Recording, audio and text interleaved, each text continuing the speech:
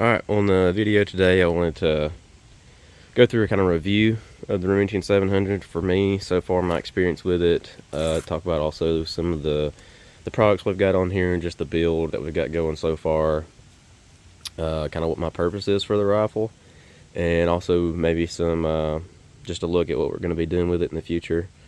So Remington 700, 26-inch barrel. This is not the 5R version, this is just your regular base 700. And when I bought it, actually came in this stock. It was a MC3 Legend Deluxe, which so far experience with it's been great. I love the look and feel of it. But yeah, I think we've got about 200 rounds, maybe 220, something like that through it so far.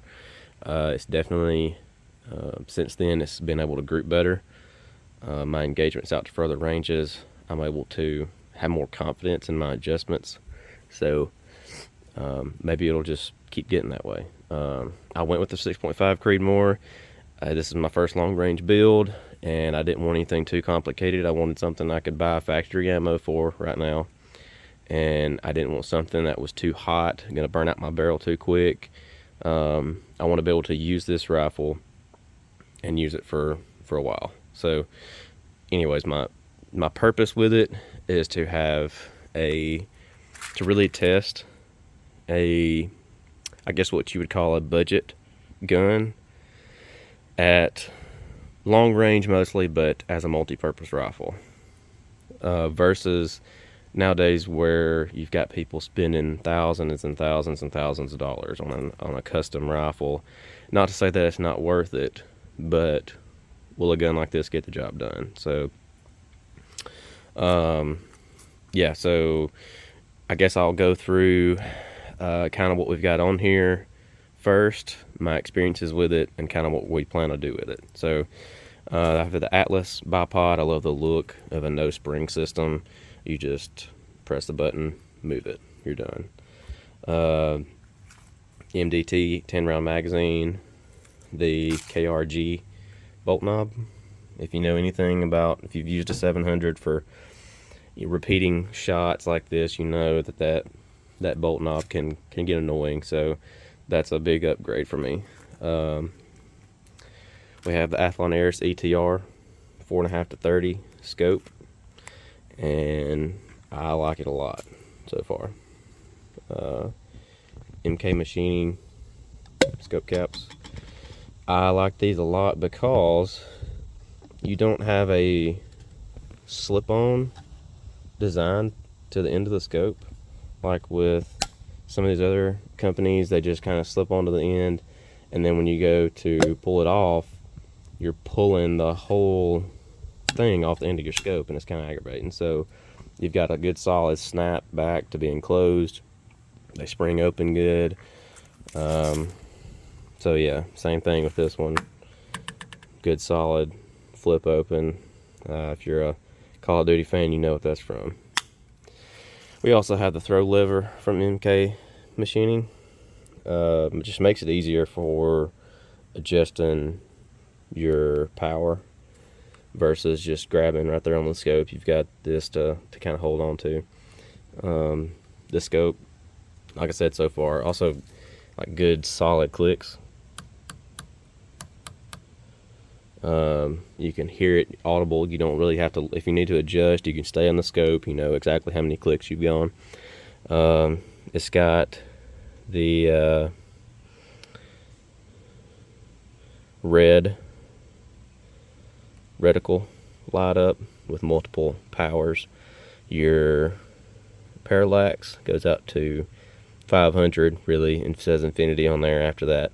I found even out to really 900, 1,000 yards, just over 500 is the best your focus is going to get.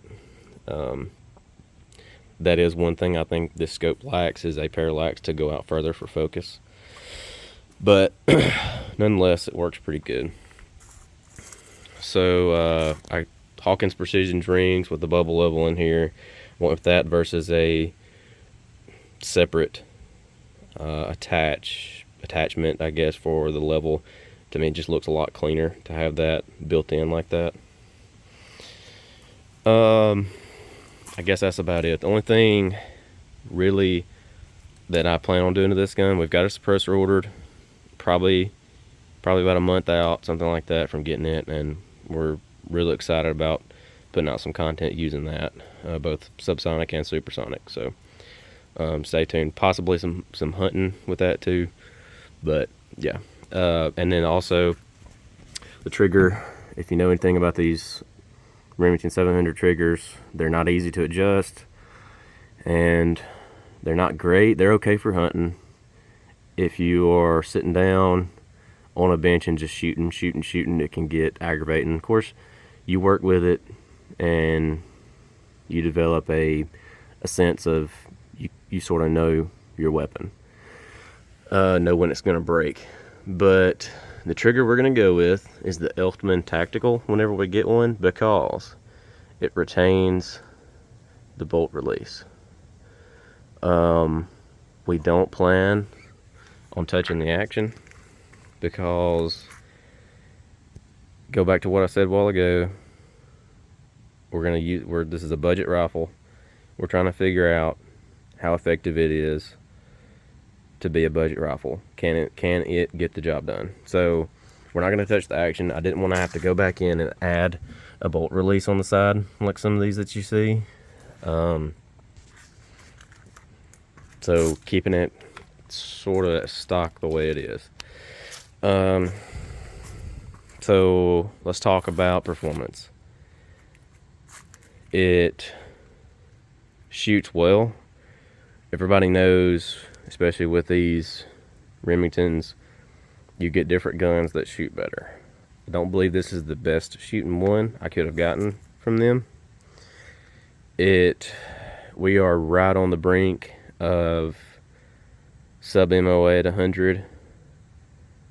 Some groups are, some groups aren't. So far, it may get better. We'll see. So it can be a challenge. But can this gun hit at 1,000 yards? Yes. Is it going to hit consistent every time? No. I've been able to repeat shots at 400, 3 and 4 in a row, but we're not talking 2/3 torso targets. We're talking, 20 by 20 plates and larger. So do I believe this gun could make hits on a torso target? Absolutely. Right conditions, you know your ammo, you have your dope dialed in, absolutely. Me just getting into this, I'm still learning, and I do feel pretty confident in this rifle now that I've shot it a good bit, but I've still got work to do. I feel like the rifle still maybe some kinks to work out in it. Maybe the ammo, we'll see. I can throw in some clips.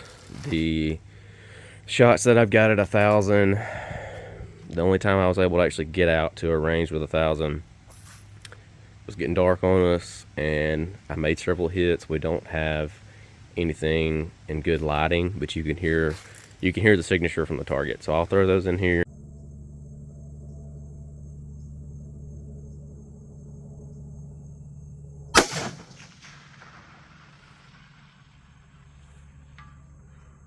I heard it. Yep.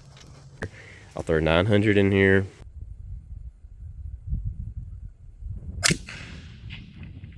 Impact. Left edge, right? Yep. Impact. Right above black.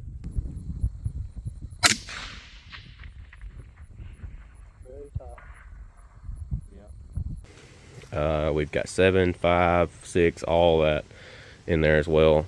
I've also got some groupings at 100 with different ammos I can throw in screenshots from.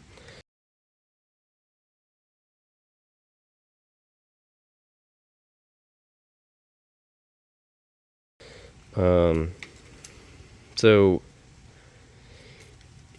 the big question is this an effective budget build? I say yes. For my purpose of learning, getting out there, shooting, having fun, time with friends, a personal challenge to myself whenever you make misses, adjustments, things like that, yes, this rifle does it. Am I going to trust this rifle at 700 yards on an animal? No. At 700, it's pretty accurate, but you know, when you're dealing with game, you don't want to make a non-lethal shot. That's the last thing you want to do. So if I get it a little more figured out, we find some ammo that works really well, I may try it at something like that eventually, but we'll see. I do plan to hunt with this year. In the next couple of months, we'll have rifle season coming. I'm going to try some deer. We'll try to see if we can call up some coyotes as well. Haven't done that in several years, but hopefully we have some luck this year. And by that time, hopefully we're suppressed also, so I will have some videos of that coming if that happens. But yeah, that's my use for the rifle. It's effective. I feel like, you know, there's a lot of guns out there that are at 500, 600 yards that are sub MOA or close. This is not your gun, but if you want to go spend 3 times the money, I guess maybe 2 times the money, depends on your market that you're buying in and whatnot, you might could accomplish that. But whenever you're, in my instance, I'm buying a rifle, a scope, a bipod, you know, ammo, you got to think about all these things that you're going to be spending money on. That for me, it made more sense to buy a more budget-friendly rifle, go with some pretty good glass, a good bipod. You know, with the money that you spend on a rifle, that kind of the rule of thumb is you got to spend just as much or more on a scope. So that's what I did with this one, to be at like a minimum of effectiveness, basically. So yeah, I think that's about everything I wanted to cover with it for this video. We'll have more coming. I know it's been a while since I've actually uploaded, so bear with me. We've started hunting season here, and so been bow hunting a little bit, but anyways, we'll get back out and shoot soon, hopefully. If you have any questions, of course, I'll try to answer comments if anybody has any, things like that. Also, I don't know if I've mentioned it yet, the paint job, we'll be painting another rifle probably, I don't know, this year, maybe sometime, and doing something similar. May not be the same pattern, but this is just Rust-Oleum camo paint, some netting that we got from Hobby Lobby, and the key to it is just layers. Just keep on. If you don't like the way it looks, like for me, I got done with it the first time, didn't really like the way it looked, took it back out, did it again. I didn't take the paint off, I just kept layering, and that's how you get, you know, like depth like you're seeing here. We've got several different layers of this camo in here, so it actually turns out really good. If you don't like it, just keep painting. You can't really mess it up that bad. Do I regret painting it? Absolutely not. I love it. This stock came carbon fiber. The gun was basically solid black besides the carbon fiber. Some people, they're like, oh, you're gonna mess that gun up. If you want it camo, paint it camo. It looks great. I wanted to have like a sniper rifle look for this gun, and I feel like that's what I've accomplished. So anyways, yeah, thanks for watching. There'll be more to come.